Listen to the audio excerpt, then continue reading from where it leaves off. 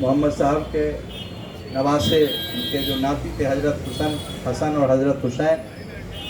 उनकी शहादत में हम लोग सभी मनाते हैं और उनकी शहादत का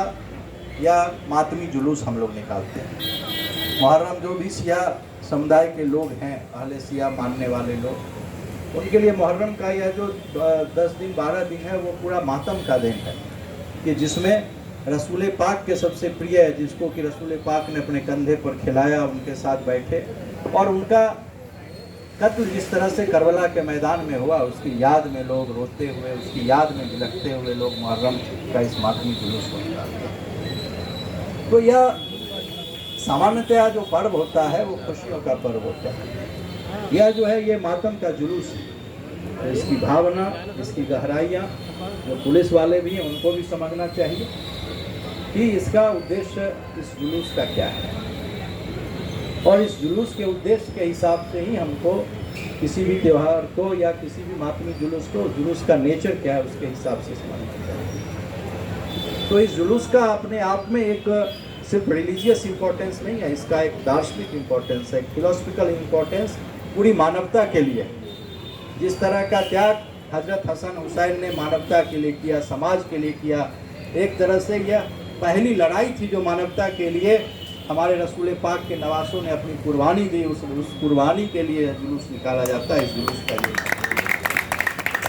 और इस जुलूस में इतिहास की तारीखें गवाह कहती हैं, बेदी साहब हो सकता है पढ़े हो या नहीं पढ़े हो, क्योंकि हिंदुस्तान में हम लोगों ने पढ़ना लिखना कम कर दिया, कि हिंदुस्तान के लोग उस लड़ाई में हुजूर के नाती के साथ, नवासे के साथ उस लड़ाई में हिंदुस्तान के लोग, हुसैनी ब्राह्मण वहाँ पर लड़ने गए और अपनी कुर्बानी उन्होंने उनके साथ दी। ये हिंदुस्तान की मिसाल आज नहीं, उस 7वीं शताब्दी की है, इस पर हम सबको गर्व है। वो लोग हमारी संस्कृति को अलग अलग करके तोड़ना चाहते हैं, उनके मुंह पर ये चीज़ें तमाचा है। तो हम लोगों को इस त्यौहार को जो लोग समझना चाहते हैं उनके लिए यह चीज़ एक मातम का जुलूस है, जिसमें कि हज़रत मोहम्मद साहब जो हम सब के प्रिय हैं, जिन्होंने मानवता के नाम पर एक अलग जगाई, पूरे विश्व में लोगों को भाईचारे का संदेश दिया, फ्रेटर्निटी का संदेश दिया, और उनके नवासे के साथ जो उनके अति प्रिय थे, उनके साथ जिस तरह का व्यवहार हुआ, हज़रत अली साहब खुद में, जिनको मोहम्मद साहब हमारे रसूल पाक इतनी मोहब्बत करते थे, उनके बेटे का जिस रूप में इंतकाल हुआ, तो उसके इसको मनाने का जो तरीका है और उसमें जिस तरह से लोगों की भावनाएं वो टोटली अलग है। उन भावनाओं को हम सभी को कदर करनी चाहिए, चाहे जो भी। हिंदुस्तान में क्योंकि हमारे यहाँ जो अवध के नवाब थे और जो अवध की संस्कृति काफ़ी प्रभावी रही इस गंगा जमुनी तहजीब में, तो अवध के नवाब चूँकि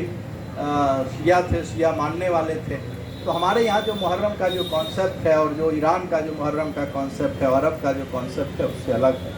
हमारे यहाँ जो लोग इस चीज़ को जानते हैं, जब नवाबों का शासन था तो लोग नोहे पढ़ते थे, और नोहे लिखने वाले जो उनके नोहा एक कविता होती थी, उनके सम्मान में हम लोग गाते थे, और उसको गाने वाले, लिखने वाले उनके मैक्सिमम जो हिंदू उनके जो कायस्थ मुलाजिम होते थे वो उसको लिखने वाले थे। ये सिर्फ जो कुर्बानी थी हज़रत हुसैन साहब की या हज़रत हुसैन की, वो सिर्फ एक जाति या एक धर्म के लिए नहीं, वो कुर्बानी पूरे मानवता के लिए थी। और नवाब साहब ने इस चीज़ को और उनके साथ रहने वाले लोगों ने इस चीज़ को दिखाया कि इस कुर्बानी में और इसमें जुलूस में शामिल होने वाले लोग सारे धर्म, सारे मजहब, सारे जाति के लोग होते हैं। इसीलिए हिंदुस्तान में जो मुहर्रम का स्वरूप है वो स्वरूप अलग है। यहाँ जो अहले सुन्नी हैं वो भी शामिल होते हैं, वो भी उनकी कुर्बानी में वो भी उनके साथ जो है उस मातम में शामिल होते हैं। ये जो जुलूस है ये बेसिकली